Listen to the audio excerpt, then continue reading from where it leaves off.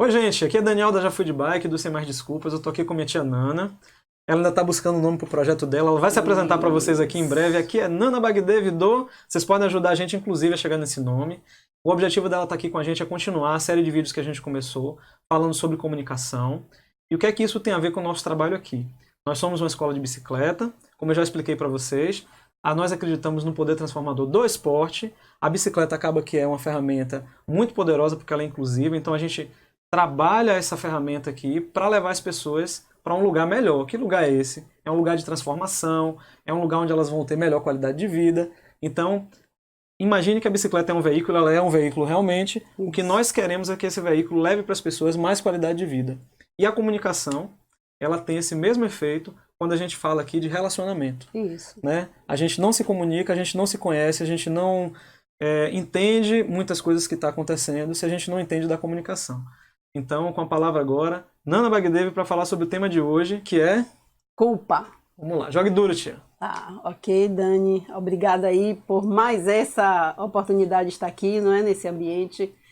E quero agradecer também a participação da turma e os temas que foram gerados, né? Quero dizer que nós vamos tratar nos próximos vídeos a questão do medo, que foi algo que foi pontuado e que eu acho assim que é muito importante que a gente já enfrente esse sentimento, que enquanto não é um sentimento, é uma emoção e pode fazer muito estrago na nossa vida. Tá? A gente falou no primeiro vídeo sobre o primeiro de todos? Não, aquele último que a foi gente julgamento. fez. Julgamento. Nós falamos do julgamento. Hoje nós vamos falar sobre culpa. E o próximo é medo, porque já foi pedido pelas pessoas aqui nos comentários. Então podem fazer comentários aí pedindo o que vocês quiserem que a gente trata depois. Isso nos ajuda, né, a ir dando uma sequência mais lógica e que vai atender realmente o que vocês estão precisando. Antes de você começar, deixa eu pedir uma coisa para vocês. Certo. Imaginem que a gente está numa sala de aula, olhando nos olhos das pessoas. A gente sabe quando as pessoas estão curtindo o assunto, quando elas estão interessadas ali, prestando atenção, sorrindo, querendo mais. E aqui Mas não. aqui a gente não consegue olhar no olho de vocês. Então eu vou pedir para vocês o seguinte: quando vocês entenderem que esse assunto que a gente está falando aqui é muito bacana, quando vocês acharem que isso vai fazer diferença realmente na vida de vocês, coloca um comentário. Vamos combinar um termo aqui, vamos copiar de Érico Rocha. Bota aí sacada, quando você encontrar alguma coisa, pô, isso aqui foi uma sacada que Nana falou, e eu vou usar na minha vida. Por quê? A gente volta depois olhando os vídeos e no comentário, quando a gente encontrar lá um comentário sacada, olha, o pessoal gostou disso aqui que a gente falou. Isso. Então a gente vai falar mais sobre aquele assunto. Isso. Outra coisa, se você gostar muito desse vídeo mesmo, curta. E se você achar que alguém que vai curtir esse vídeo também, essa informação pode ser útil para essa pessoa, compartilhe, mas coloque nos comentários também, compartilhei, para a gente saber, para a gente ter certeza, né? Sim. De que você realmente está gostando. Então, a forma que a gente tem, de se comunicar aqui com vocês é essa, nos comentários, tá? Então, compartilhem, comentem dizendo que vocês compartilharam, comentem dizendo que vocês gostaram de alguma coisa, colocando lá sacada. E curtam o vídeo, certo? Desculpa a interrupção, continue. Não, isso é importante, né? E você é o dono da bola, né, Dani? Você sabe das coisas. Eu tô aqui aprendendo também isso, viu, gente? Aprendendo. Bem, a gente já pode começar sobre o tema culpa? Pode, jogue duro, vai embora. Certo. Então, eu acho que na vida, quem é que não sente culpa? Diga aí alguém aí que não sente culpa. Você, Dani? Não conheço ninguém que não sente culpa. Todo mundo sente culpa. Eu não gosto de sentir culpa, mas a gente sente, né? Sente. A culpa... O que ela faz com a gente, a culpa? Ela faz alguma coisa de bom pra gente? Talvez faça a gente se arrepender e reparar um erro, talvez isso? Bem, a gente pode... Esse mundo do talvez é um mundo extremamente perigoso. Porque esse talvez pode não acontecer nunca. Eu falei talvez porque eu não sei. Vamos lá. Pois é, Dani. A culpa, ela só nos leva para um lugar... Eu não sei se vocês lembram no vídeo que nós falamos sobre nossa essência compassiva. Eu lembro. Quando a gente sente medo, raiva, vergonha, culpa, o que acontece? A gente se afasta dessa essência. A gente se afasta dessa essência. Então é natural que a gente fique de que forma? Quando a gente se afasta dessa essência empática, dessa essência que nos faz olhar as pessoas e querer ajudar as pessoas. A gente fica insensível, a gente fica egoísta, a gente fica violento. Violento, pronto. A palavra é essa. A culpa normalmente leva à violência. Então, que violência é essa? Ou é uma violência consigo mesmo, ou é uma violência com o outro. Como é que é a violência consigo mesmo? Violência com a gente mesmo? Sim. A gente fica sofrendo por causa dessa questão da Pronto, culpa, a palavra a gente... sofrimento. A gente fica Olha, se punindo. Dani, isso, entra no autoflagelo. O sofrimento, não é que o sofrimento ele seja de todo inócuo, né? A palavra não é nem inócuo, ele não é que ele seja desperdiçado. Mas eu, particularmente, não acho que a gente precise sofrer para crescer. Como diz Cora Coralina, né? Se a gente aprende com os golpes duros da vida, pode também aprender com os toques suaves na alma. E eu sou mais até dessa coisa do toque suave, tá? Então, eu acho que o sofrimento pode levar, assim, a gente a um crescimento. E é interessante que, se ocorra o sofrimento, que ocorra isso para poder valer a pena, não é? Imagine você sofrendo e não tirar nada de proveito. Mas quando a gente fala da culpa, em geral, as pessoas não utilizam... Quer falar alguma coisa? Quero. Eu tenho ouvido muito falar dos gurus aí da internet, né? Sim. Que é um incômodo que leva a gente a crescer. Mas você não está falando de incômodo. Não estou falando do incômodo, não estou falando disso. Que dizem até que pelo incômodo que a ostra sente, ela produz a pérola, não é isso? Sim. Não estou falando desse incômodo, dessa topada que a gente leva na vida, desse tropeçar, que quando a gente tropeça vai sempre para frente. Não estou falando disso não. Estou falando daquele sentimento que a gente amarga. Sabe? Sim. Que, por exemplo, quando eu me sinto culpada, a minha tendência pode ser esta, de me autoflagelar. O que seria isso? Eu começar a me culpar mesmo, entrar naquele processo de eu não mereço coisas boas, e realmente sou uma porcaria de gente, isso aconteceu por minha causa, e me imobiliza nisso aí. Tá? Você não sai disso. Eu vi um filme esses dias na Netflix, diz que filme não presta pra nada, né? Mas às vezes a gente tira umas lições de filme, né? Nossa, filme presta. O filme mais bobo e água com açúcar, Sessão da Tarde, dos últimos tempos aí, que é Modo Avião. Recomendo que vocês assistam, inclusive com a família toda. Acabei de assistir esse filme, também? Fantástico. Eu coloquei despretensiosamente, mas quando você falou essa questão aí, eu me lembrei muito de uma passagem do filme. Quer dizer, tinha um pai, já velho, morando no interior, que disse pra neta o seguinte: sua avó morreu aqui e eu não sei se eu obriguei ela a ficar aqui ou se ela escolheu ficar aqui, porque ela não foi se tratar na cidade e morreu lá. O filho dele, que era mais novo, mas morava na cidade, ele não falava com o pai, ele estava afastado porque ele achava que era culpa do pai ter mantido a mãe lá, quando ela podia ter se tratado melhor. Mas eu senti também assim, que ele guardava a culpa por não ter trazido a mãe de alguma forma, por cima do pai. Perfeito. E aí, quando a neta encontrou uma carta... Poxa, Dani, você usou... Não vamos adiantar mais o filme, não, pra gente não dar uma de spoiler aqui, tá bom? Deixa eu falar logo do filme todo. Não fala do filme todo, não. Porque você usou uma questão aí super pertinente para isso que a gente tá falando aqui. A culpa dos dois. Veja só. A culpa é... Isso esse filme... Muito obrigada, viu, Dani? Sim. Vai ganhar um cachê aí extra. A culpa que esse filme mostra, ela mostra justamente as duas vertentes que ela pode trazer. Que são vertentes negativas. Uma é você se sentir culpado por aquilo e você paralisar naquela culpa, que é o caso do avô. Eu ia dizer isso. Os dois, na verdade, estavam estagnados. O de lá não se mexia para ver o pai e o de cá não se mexia para ver o filho. Os dois ali... Mas você falou uma coisa, que os dois sentiam culpa. Sim. Os dois. Porque não mobilizou a mãe para vir para a cidade para se tratar. E o pai, que é o marido dela, né, por ter permanecido com ela no interior, lá na fazenda, com poucos recursos e tal. O que acontece com o pai que sente a culpa? Todos dois sentem culpa pela mesma situação, né? A morte da pessoa. Da mãe.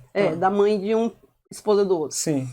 E aí o que acontece? A reação é essa, gente. E esse filme traz isso muito perfeitamente.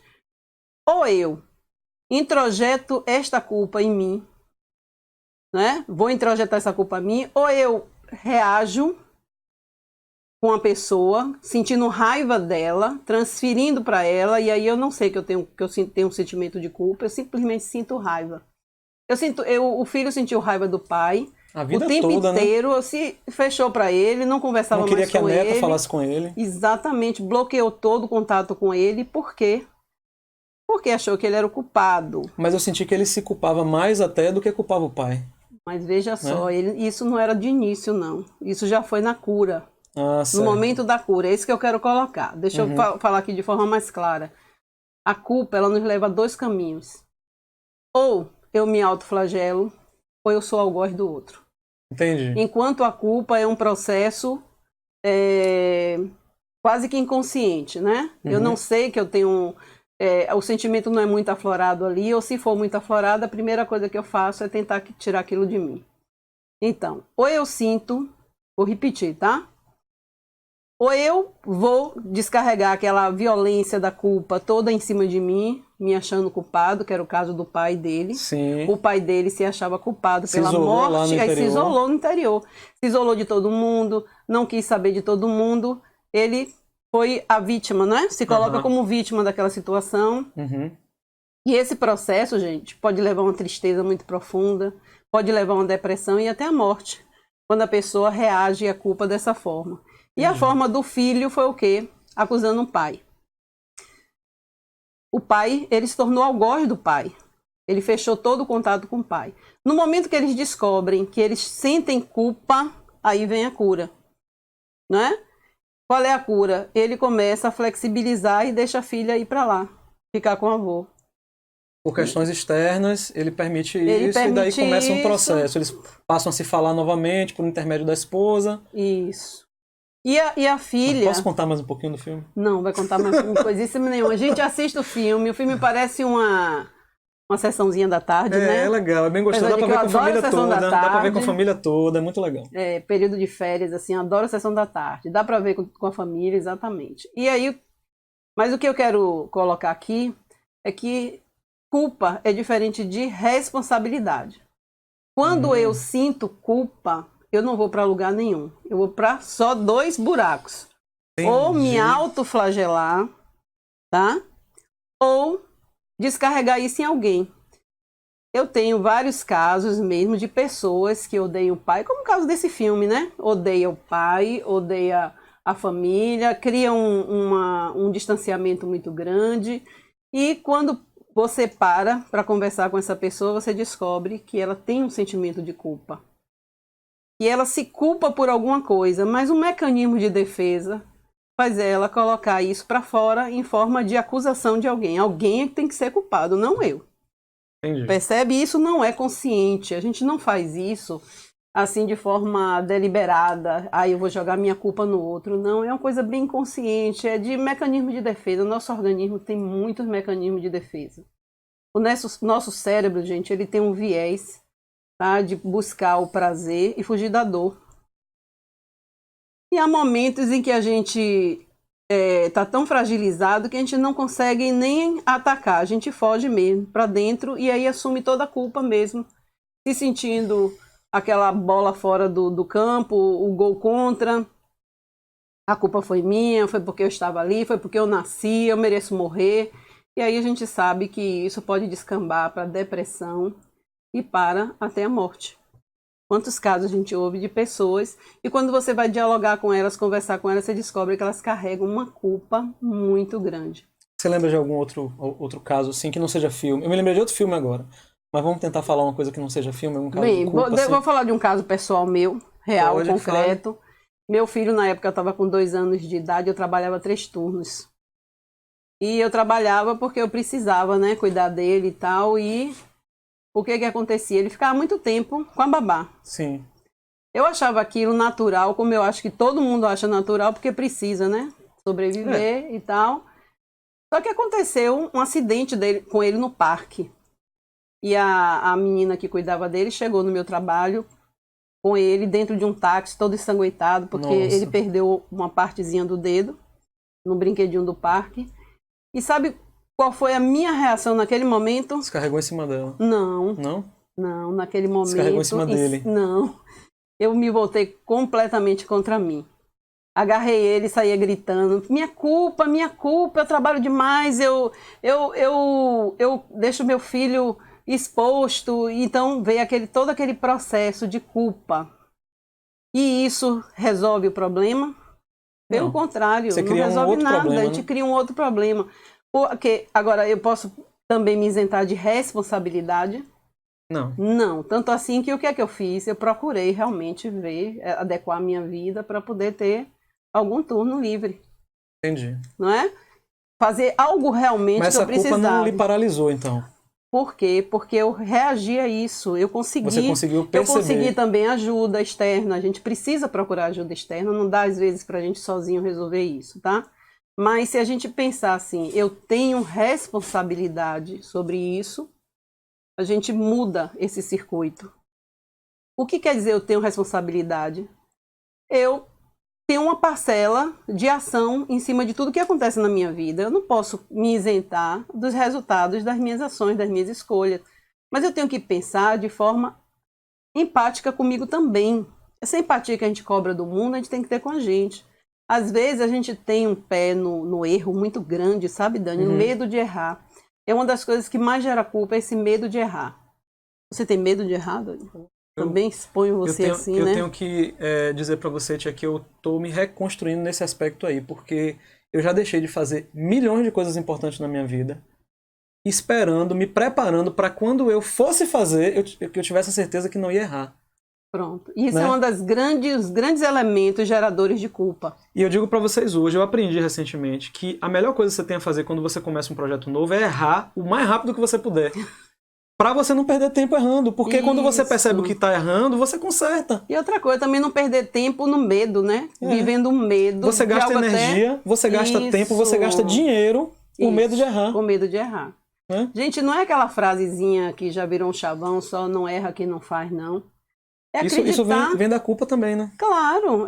A gente tem que acreditar que a gente pode não errar, né? Mas o erro não pode ter esse peso tão forte não, porque senão a gente se mobiliza. Deixa eu lhe contar uma coisa, tia, pessoal também, já que você abriu uma coisa da sua vida aí com seu filho, meu primo, né, Dazinho, que de Dazinho não tem mais nada, agora é Dazão, né? Dazão. Enorme. Quando eu me separei da mãe de Lara, eu passei por um processo onde Lara foi para uma psicóloga. Sim. Mas, na verdade, eu nunca tinha tido a oportunidade na vida de ter contato com um psicólogo. Eu não achava que eu tinha aquele preconceito de dizer assim, só precisa de psicólogo quem é fraco, mas eu tinha. Eu não achava que eu tinha isso, mas eu tinha. E eu só me permiti ir lá porque era minha filha que estava precisando, a professora falou que ela estava precisando, a mãe falou que ela estava precisando, outra professora falou que estava precisando. Eu digo, não, todo mundo está dizendo que está precisando, vamos lá. Sim. Quando eu cheguei lá nessa psicóloga, primeiro ela trabalhou muito questões com minha filha e tal, e depois ela me chamou, né, para conversar. E aí ela me entrevistou, ela disse, olha, eu não sou sua psicóloga, mas como eu tenho que atender a sua filha, eu tenho que, né, acabo atendendo a família toda, eu acabo sabendo como é que funciona a relação do pai com ela, da mãe com ela e tal. E a culpa, eu percebi lá, que a culpa me levou a praticar uma coisa com minha filha que era muito negativa e eu não enxergava. Que era assim, vocês que têm filho, vocês acham que a criança se sente mais feliz quando você impõe limite ou quando você diz sim pra tudo? Eu achava que ela era uma criança muito mais feliz porque o pai era bonzinho. Sim. E dizia sim pra tudo. E sempre fazia as coisas no tempo dela, sempre perguntava o que ela queria. Uma criança de 3 anos e meio nessa época, né? Já estava passando por um processo de ansiedade muito grande, que a psicóloga me disse, gente, pai, a culpa é principalmente sua. Mas o que é que eu faço de mal pra minha filha? Olha. Você está se sentindo culpado pelo processo da separação. E você está fazendo tudo que a criança quer. Eu observo aqui no consultório você fazendo isso aqui na minha frente. Isso. Aí eu passei por um processo de negação. Eu disse, não, de jeito nenhum, essa psicóloga é louca. Que nada, eu trato bem minha filha. Ela está dizendo que a culpa por minha filha estar ansiosa, estar insegura é minha. Se eu faço tão bem para minha filha. E aí depois eu comecei a seguir as coisas que ela me falou. E a partir do momento que eu comecei a dizer alguns nãos, a partir do momento que eu comecei a colocar alguns limites para Lara, passei a mostrar para ela assim... que, sabe, existia rotina, existia hora para fazer as coisas, ela me surpreendeu muito, porque ela passou a ficar mais feliz, mais grata, mais segura, mais dócil. E aí que eu fui entender, né, que às vezes a gente erra sem saber, mas a criança, aí fica a dica para você, que não tem nada a ver com o assunto aqui. A criança, ela precisa de uma figura paterna, que pode ser a mãe também, mas que faça o papel de castrador. Esse termo pode ter uma repercussão muito negativa na cabeça de vocês, como teve na minha. Sim. Mas a psicóloga disse, pai, o termo é esse mesmo. O pai ou mãe, ele precisa impor limite, ele precisa em algum momento, ser castrador, porque a criança ela vai lá, ela tenta testar aquele limite, ela percebe que ela não consegue passar, não adianta, meu pai não deixa eu assistir televisão enquanto eu como. Não adianta. Mas para ela aquilo retorna como, olha, tem uma pessoa forte aqui. Que está cuidando de mim. Que está cuidando de mim. Isso. E que quando eu precisar, vai ser forte também por mim assim. E quando chegar adulto, ele vai entender isso. Pode ser que quando criança não entenda e, né, qual era a raiz de todo esse problema? Pois é, a culpa. E você traz uma coisa que é bem pertinente, que é muito comum hoje. Os pais precisam trabalhar, os pais estão ausentes de casa e eles confundem presença, tá? Quantidade com qualidade. A presença ela não precisa ter quantidade, mas ela precisa ter e deve ter qualidade. Então, uma presença de qualidade é realmente você dar os limites. Você mostrar para a criança que você está observando o que é que ela precisa de correção. Porque se você chega em casa também e está lá sentado e a criança às vezes quer interagir, você, peraí, tô ocupadinho, ou então tô ocupada, peraí, depois a gente conversa. Então aquilo ali não tem qualidade. Eu fazia uma coisa assim, Babi dizia para mim, Daniel, me chamava no canto, né? Isso que você acabou de fazer com Lara não é bom para ela. Você precisa. Aí eu dizia, Babi, a criança não me vê a semana inteira. Aí vem pra cá ficar um dia comigo, deixa ela fazer o que ela quiser, eu quero fazer as vontades dela e tal. Aí Babi respirava, fazia assim, tá, mas não tá certo. E eu achando que eu tava certo, entendeu? Essa coisa da culpa faz muita gente substituir presença por presente. Que é o que você falou. Não é? Então, se a gente estiver fazendo isso, eu comecei a fazer isso várias vezes, né? Achando que, vou levar para meu filho esse presente que ele vai ficar super feliz, quando ele só queria saber se eu ia ficar mais tempo com ele. E por quê? Porque no início eu não tinha essa visão da qualidade, né? Eu achava que eu não tinha quantidade, também não me preocupava com qualidade e a gente ia vivendo desse jeito. Mas quando a gente começa a se observar e buscar realmente viver de uma forma mais amorosa com a gente mesmo, compreendendo que a gente tem limites, e outra coisa, gente, às vezes a gente cria uma expectativa muito diferente da realidade. E aí quando as coisas não acontecem, a gente começa a se culpar, se cobrar, né? Porque aquilo não aconteceu.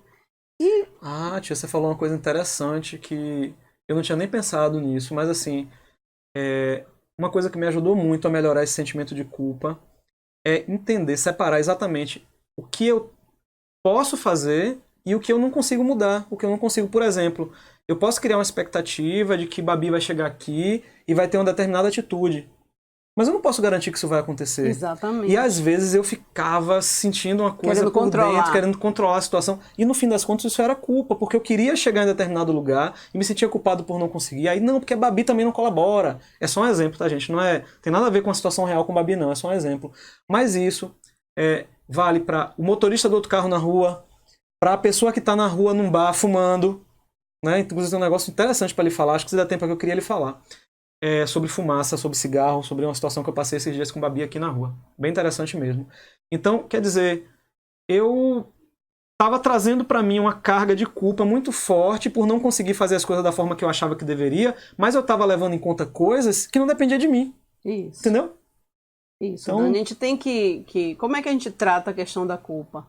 Né? Em primeiro lugar, a gente reconhecendo que a gente deu o melhor que pôde naquela época.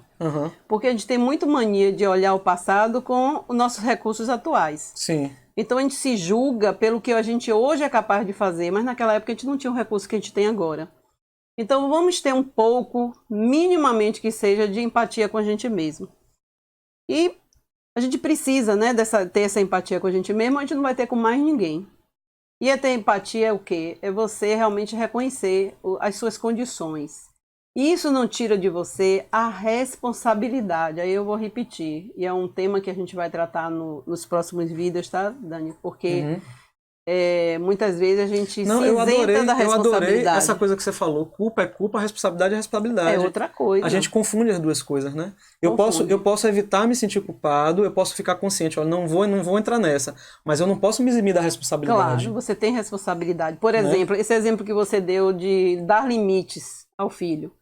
Né? Eu posso me sentir culpado, e aí eu vou dizer assim, não, eu não tenho culpa se eu não conseguir dar limites ao meu filho. Você não tem culpa, mas você tem responsabilidade. A partir do momento que você foi permissivo, a partir do momento que você não deu a atenção devida para corrigir o que precisava ser corrigido, a partir do momento que você deixou a coisa correr solta, tá? Isso faltou responsabilidade. Claro que a consequência está ali. E responsabilidade, quando a gente entende como responsabilidade, a gente sabe que a gente pode corrigir. Sim. E a culpa não, a gente não consegue. A partir do momento que a gente toma consciência, a gente vai lá e corrige. A gente corrige, precisa, porque nós não somos perfeitos, gente. A gente caminha para a perfeição. Uma das coisas que a gente sabe, todo mundo responde nos testes, né, quando de emprego e tal, é um defeito seu. Todo mundo diz perfeccionismo, mas ninguém entende que o perfeccionismo realmente é um prejuízo muito grande. Muito.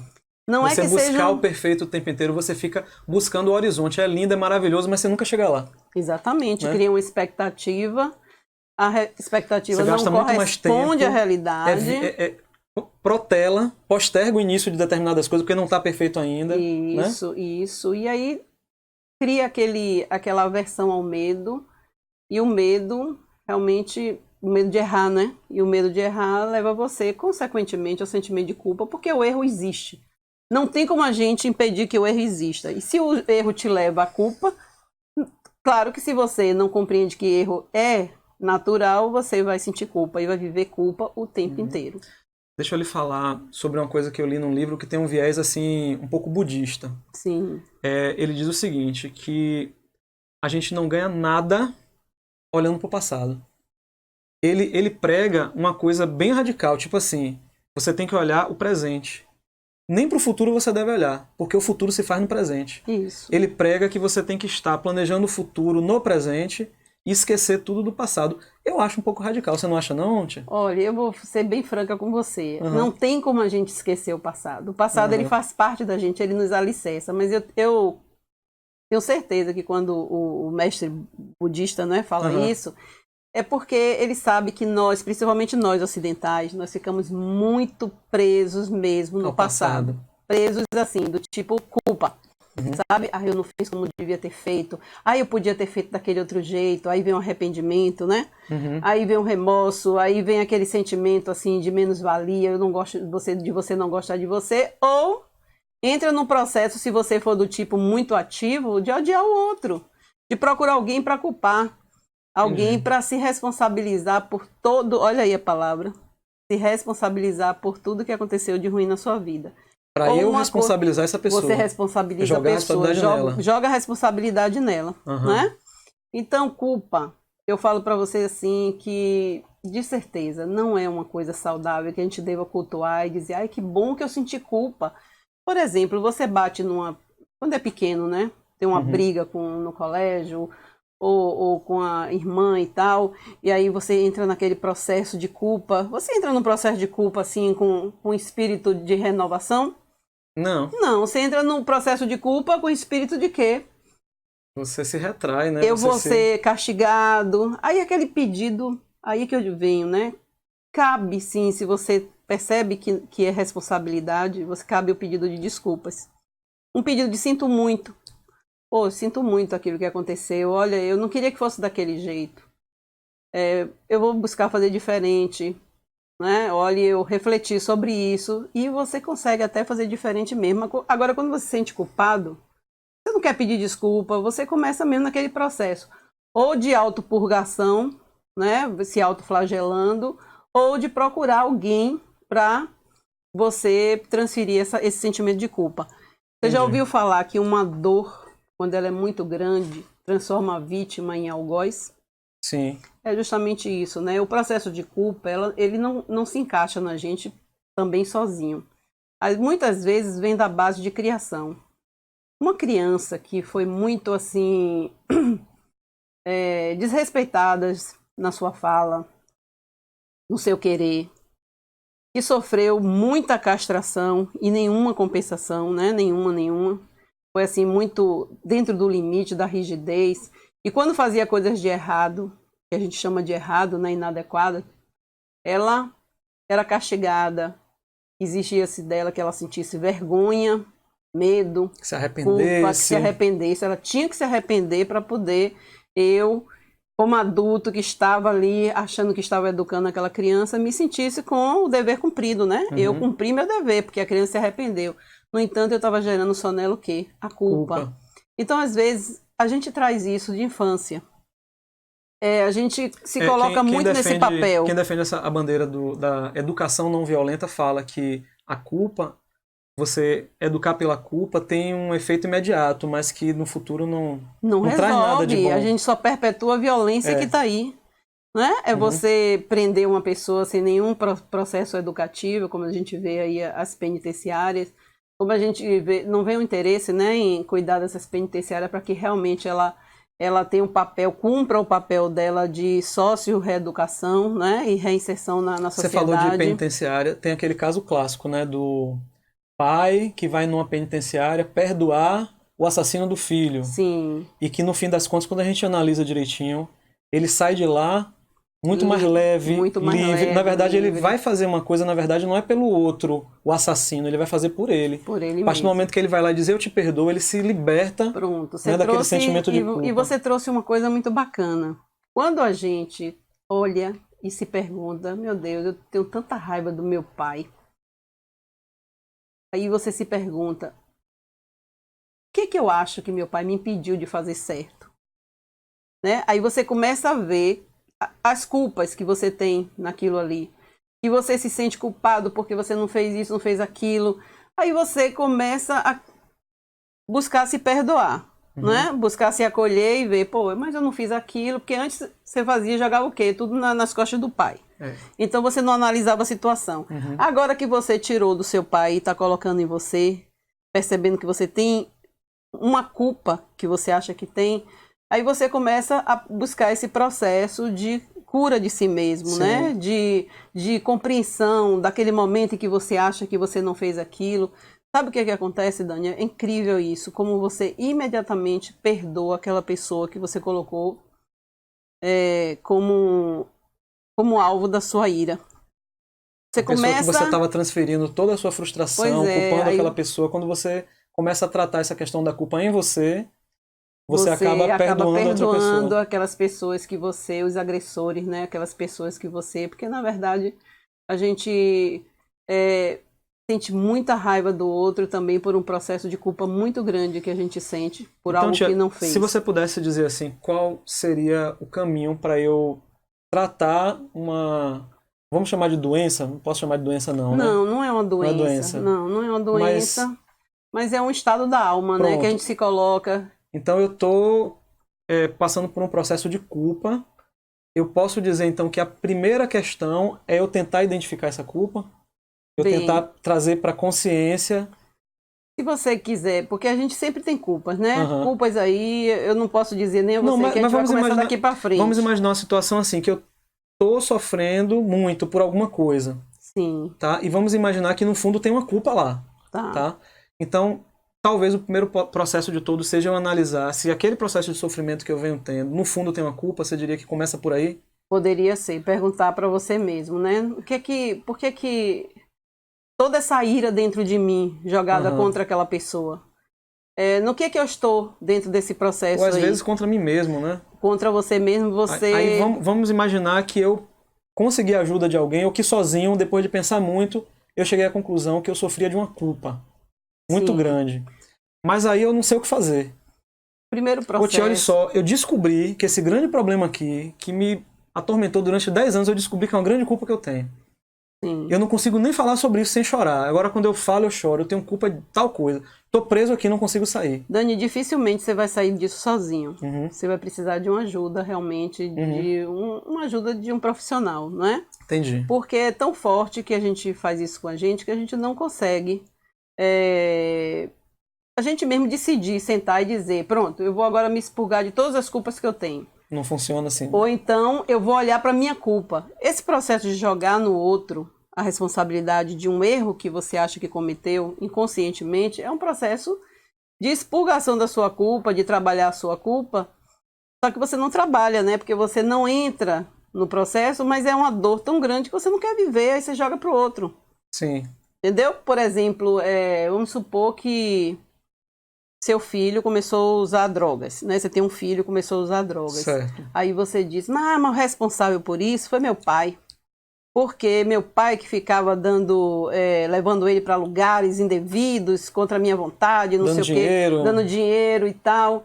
O avô, a culpa é do avô. A culpa é do avô, Certo. exatamente. A culpa é do avô, é porque o avô ajudou na criação do neto, né? Aí eu tô, tipo, com muita raiva de meu pai, Muita sem querer falar raiva, com ele, muita porque raiva. ele jogou meu filho nas drogas. Jogou meu filho nas drogas.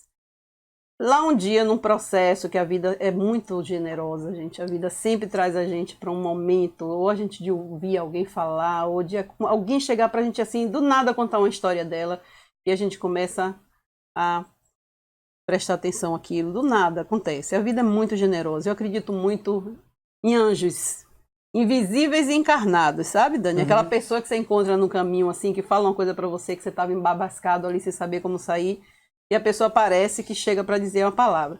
E aí acontece algo em sua vida que você começa a refletir. Poxa, por que essa raiva toda do meu pai? Aí você descobre que você se sente culpada porque você abandonou seu filho. Pronto, aí é que chegou minha pergunta. Aí eu digo, Nana, eu culpei meu pai a vida inteira porque eu achei que jogou fulaninho. Isso é uma história fictícia, tá, gente? Jogou fulaninho nas drogas, mas agora, pensando aqui, eu estive ausente, eu não estive presente, e essa raiva toda que eu sinto é porque eu não cuidei melhor de meu filho. Pronto. E agora, o que é que eu faço? Mas nesse momento, se você chega a isso, você também está preparado para viver um processo de acolhimento de você. E se você não conseguir, já que você chegou nesse ponto, você vai procurar uma ajuda externa. E essa ajuda externa vai te ensinar, né, te mostrar o caminho, fazer com que você enxergue esse caminho de autocompaixão, não é autocomiseração, não é sentir pena de você mesmo, mas é ter empatia com você mesmo.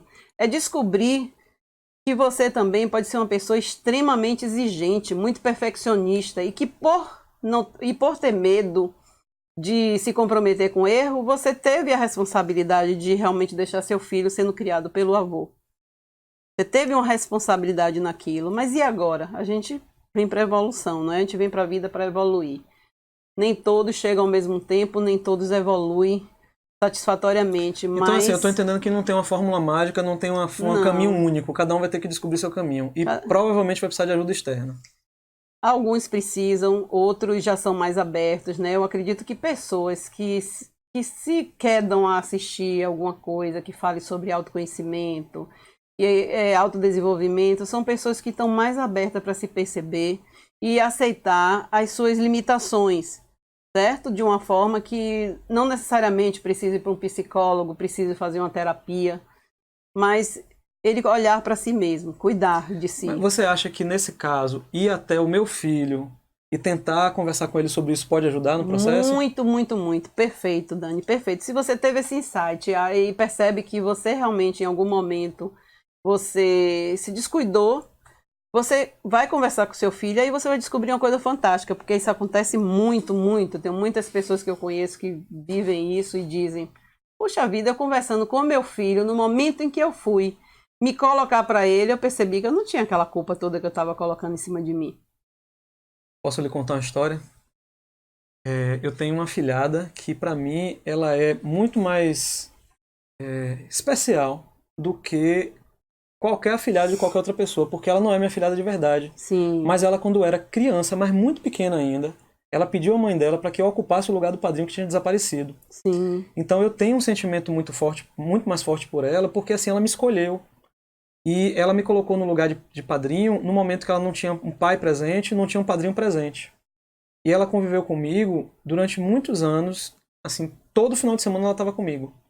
Todo final de semana ela estava comigo, com o Cristiane, na época eu era casado com ela, e a gente fazia tudo como se ela fosse a filha da gente ali. Né? Quando ela foi chegando para os 18 anos, houve um afastamento natural, porque assim, ela começou a fazer faculdade, trabalhar, arrumou um namorado. Eu já sabia, eu aproveitei bastante até ela fazer 18 anos, porque eu já sabia. Eu disse a ela, ó, a partir de agora eu sei que você vai precisar de mais tempo para você e tal. Foi nessa fase que aconteceu a separação. Né? Eu me separei e Cristiane sempre foi muito apegada a ela também. Né? E eu olhava para ela e ainda via uma criança, apesar dela já estar com 17, 18 anos nessa época, talvez pouco mais de 18 anos, não lembro exatamente. E eu, o primeiro pensamento que eu tive foi deixar ela de fora, né? Eu disse, olha, não vou conversar com Júlia sobre essa questão de separação, não tem nada a ver com isso. Afinal de contas, ela nem tá tão ligada que a gente é assim e tudo, mas um dia eu vou conversar com ela e ela é muito apegada a Cristiane, então eu vou deixar ela mais, sabe, com Cristiane, vou dar um tempo um espaço para elas não se sentindo invadidas, né? Hum. E simplesmente eu passei pelo menos uns 3 anos sem procurar Júlia, sem falar com ela sobre a separação. Achei que ela não se interessava por esse assunto. E como ela também nunca me procurou pra nada nesse período, eu achei que ela tava, tipo, de boa. Achei que ela tava tranquila. Até um dia que eu cheguei lá no Imbuí pra cuidar de Lara, e ela tava lá porque ela tinha ido fazer um favor, que foi ficar com Lara, dormir com Lara à noite. Aí eu Sim. cheguei lá, conversei com ela e tal, e eu senti que ela tava um pouco distante, assim, né? Mas aí eu disse pra ela, ô Júlia, eu sinto tanto sua falta, vamos... Você quer saber onde eu tô morando? Vamos sair, eu, você e Lara, vamos... Sabe, toda semana eu vou com Lara na praia, que é pertinho de casa, vamos lá um dia desse, não sei o quê. Ela me deu uma resposta daquelas, assim, tipo, evasivas, né? Disse, tô com muito trabalho na faculdade, tô estagiando, um dia se der, eu vou. E eu senti que ela ficou lá e eu cá, do mesmo jeito. Eu digo, a Júlia tá sendo como ela sempre foi, né? Não tá muito ligada nas coisas. Aí, recentemente, eu fiz um post no Instagram e ela está estudando hoje urbanismo, que não é arquitetura e urbanismo, é um curso diferente, então na UNEB agora, eu acho que é inédito. Ela está muito orgulhosa, inclusive, que ela está fazendo apenas urbanismo. Então ela Sim. está muito ligada nas questões de distribuição de renda na cidade, de ocupação da cidade, e o post era de um pessoal que estava em condição desumana, dormindo na ciclovia da Orla. Não sei se você viu esse post na época. Sim. E ela me chamou no inbox e fez um texto enorme, mas tipo assim, me esculhambando, dizendo que não acreditava que eu estava dando mais importância à ciclovia do que a condição daquelas pessoas ali, e tal, e tal, e tal, e tal, e tal, mas ela estava muito inflamada mesmo com isso, né? Como eu sempre amei muito ela, eu procurei ela primeiro via texto, né, e comecei a conversar com ela, depois eu pedi para ligar para ela, eu disse, ó, Júlia, não tá rendendo aqui a conversa, deixa eu ligar para você. Essa história ficou esclarecida, eu disse, ó, se você for olhar, talvez tenha faltado para mim esclarecer um pouco mais no texto, mas eu começo dizendo que tem muitas questões para falar sobre aquela imagem, e que, obviamente, o que faltou dizer é o que deixei o óbvio, a gente precisa comunicar às vezes, né, que a condição humana ali era mais importante. Mas que eu estava criticando a localização, a construção da ciclovia da Orla, porque ela fica em cima de uma calçada. E ali tem cavalo, ali tem criança, ali tem gente jogando dominó, ali tem gente bebendo no final de semana que fica por ali perambulando. E quando a gente passa ali de bicicleta, a gente encontra tudo isso e é muito perigoso. Então eu dizia que a ciclovia da Orla ela foi construída no lugar errado, que ela deveria estar em outro lugar, na rua, junto com os carros, e não em cima do calçadão e tal, e tal, e tal. Então ficou parecendo que eu estava dizendo que aquelas pessoas ali eram mais um obstáculo, era mais um inconveniente em cima da ciclovia. Mas você sabe o que... Ficou esclarecido que não era isso e tal.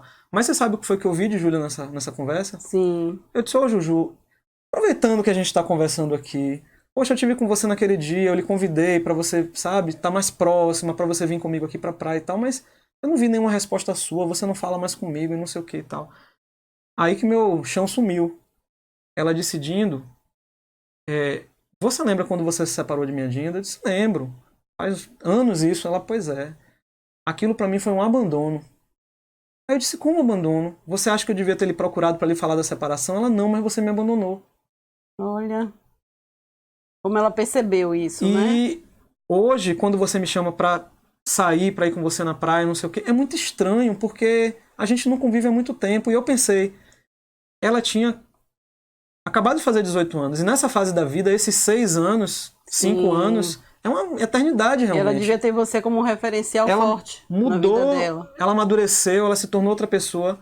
Eu disse, Júlia, você me fez cair uma ficha. Agora eu não tinha percebido como eu realmente te abandonei, como isso poderia ter chegado pra você como abandono realmente. Pronto, muito bacana. E eu me isso, senti porque tão culpado durante aquela Pronto. conversa, mas eu tive a oportunidade assim de pedir desculpas a ela, dizer quanto eu amava ela ainda e tô trabalhando pra me sim, reaproximar. sim. Né? Eu ainda não Pois é, consegui resolver aí ó, isso. você Entendeu? trouxe uma das causas da culpa, a interpretação do outro sobre o nosso fazer.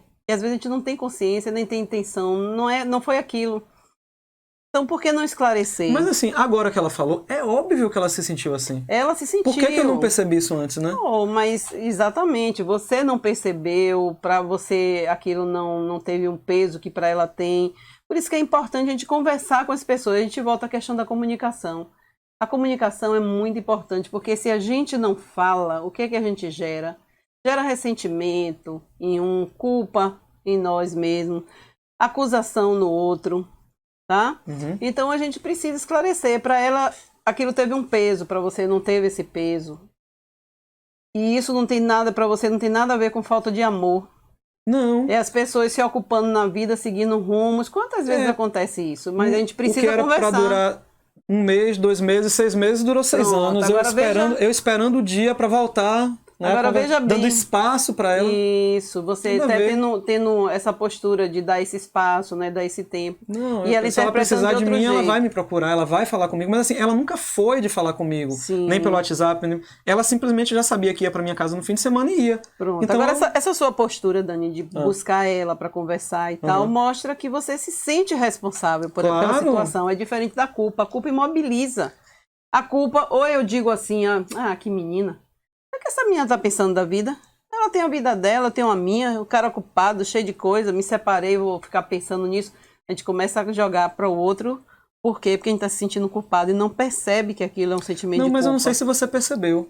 Talvez esse tempo todo que eu levei para me reaproximar dela foi justamente eu estar paralisado por questão de culpa mesmo. Você já estava se sentindo culpado. Só que eu não racionalizava desse jeito. Eu achava, não, que nada, se ela precisar, ela me procura. Eu acho que eu só fui perceber essa grande culpa que eu senti no momento que ela me disse como para ela foi um sentimento de abandono, entendeu? Sim, sim. Então, talvez eu tivesse com medo de enfrentar mesmo isso, entendeu? E isso podia até gerar antes sempre uma tristeza quando você pensava nela, né? Essa coisa assim bem distante, mas deixa lá, deixa quieto, você se ocupava, fugia. Isso. Você percebe que a fuga, ela não cria, ela não produz nada de positivo? Sim. Não produz. Ela produz o quê? Violência. Ou violência contra a gente mesmo. Foi exatamente assim que a Júlia se sentiu. Ela se sentiu como se tivesse, de mim para ela, uma violência. Uma violência. Um abandono. Como você estivesse provocando uma violência. Uhum. Não é? E era o quê? Você estava já com esse sentimento de culpa. E precisou dessa proximidade.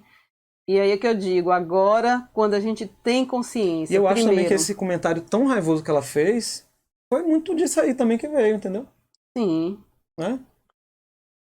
Ela não falava comigo esse tempo inteiro. No dia que ela teve que falar, ela teve um motivo, ela estava chateada, mas eu acho que ela aproveitou e descarregou, entendeu? Descarregou, exatamente, foi a forra, né? Porque era a oportunidade que ela teve de dizer o quanto ela estava doída com toda aquela situação.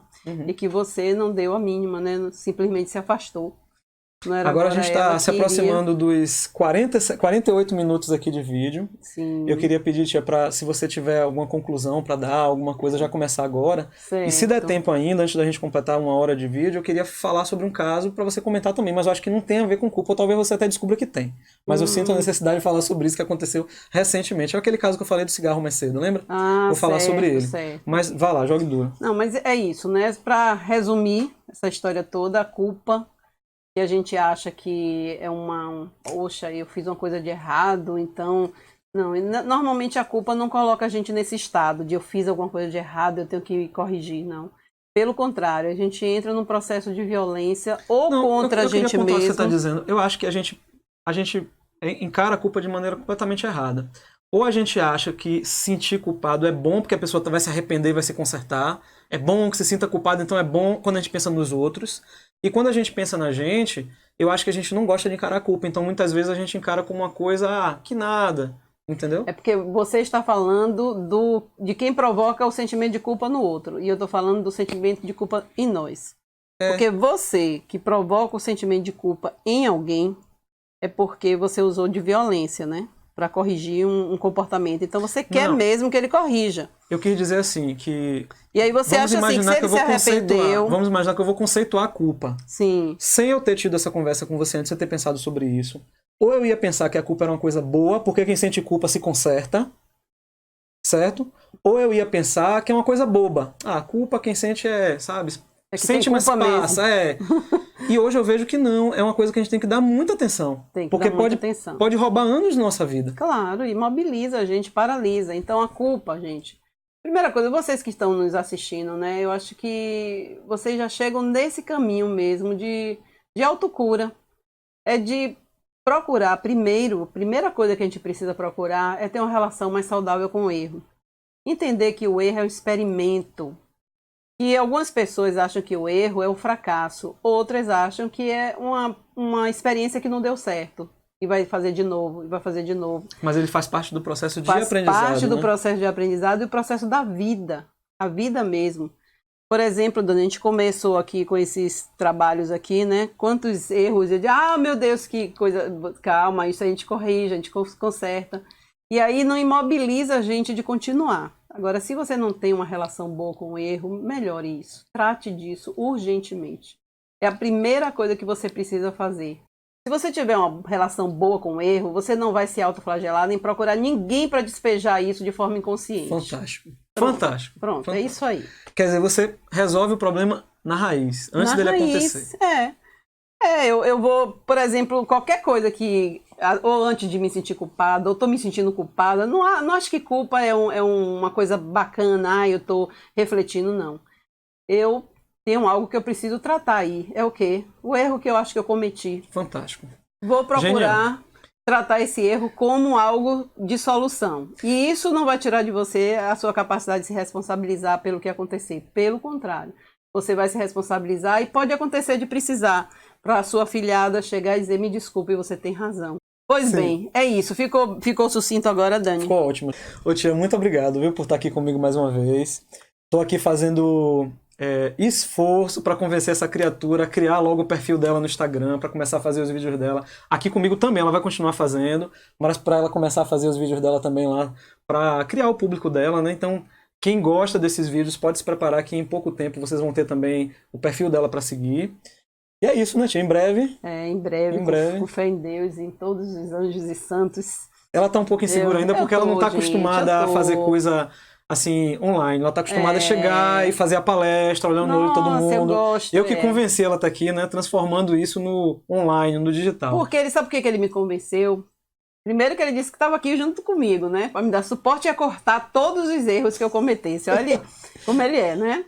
Mas como a gente tá falando aqui de erro, não posso ser incoerente, né, gente? Deixa pra lá. Agora também porque que ele me disse, tia Nana, dessa forma, você não fala só com 10 pessoas, você fala com muitas pessoas. Então você tem um sonho de compartilhar seus conhecimentos. Porque quando eu era pequena, assistia filme e queria que a vizinhança toda fosse lá, que sua irmã pagasse cinema para todo mundo.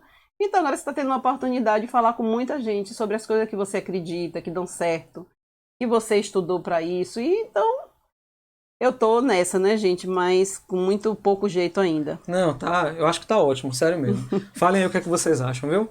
Então eu vou finalizando aqui. Eu espero que vocês, no decorrer do vídeo, tenham deixado muitos comentários aí de sacada. Sim. Espero que vocês tenham curtido, que tenham compartilhado, que tenham escrito nos comentários aí, compartilhei pra gente saber, né? Que vocês realmente gostaram. E a depender de como seja essa reação de vocês, a gente continua fazendo vídeos nesse sentido, né? Ou a gente muda, a gente pode mudar o assunto, a gente pode mudar o foco. Depende muito do que vocês quiserem. Então coloquem nos comentários também coisas que vocês querem que a gente faça. E se vocês acham que alguma coisa que a gente fez aqui não ficou legal, fala também, tá? É importante a gente receber um elogio maravilhoso, mas é importante também a gente receber críticas para saber o que é que a gente tá errando. A gente tá aqui para isso mesmo, certo? Então, confesso que a crítica, eu vou ficar mais tempo ainda pensando nela do que nos elogios, mas é importante. Muito importante. Então, tia, você lembra como é que a gente se despede aqui? Já fui de bike. Isso, então aqui quem vos fala é Daniel Bagdevi do Sem Mais Desculpas. Já fui de bike.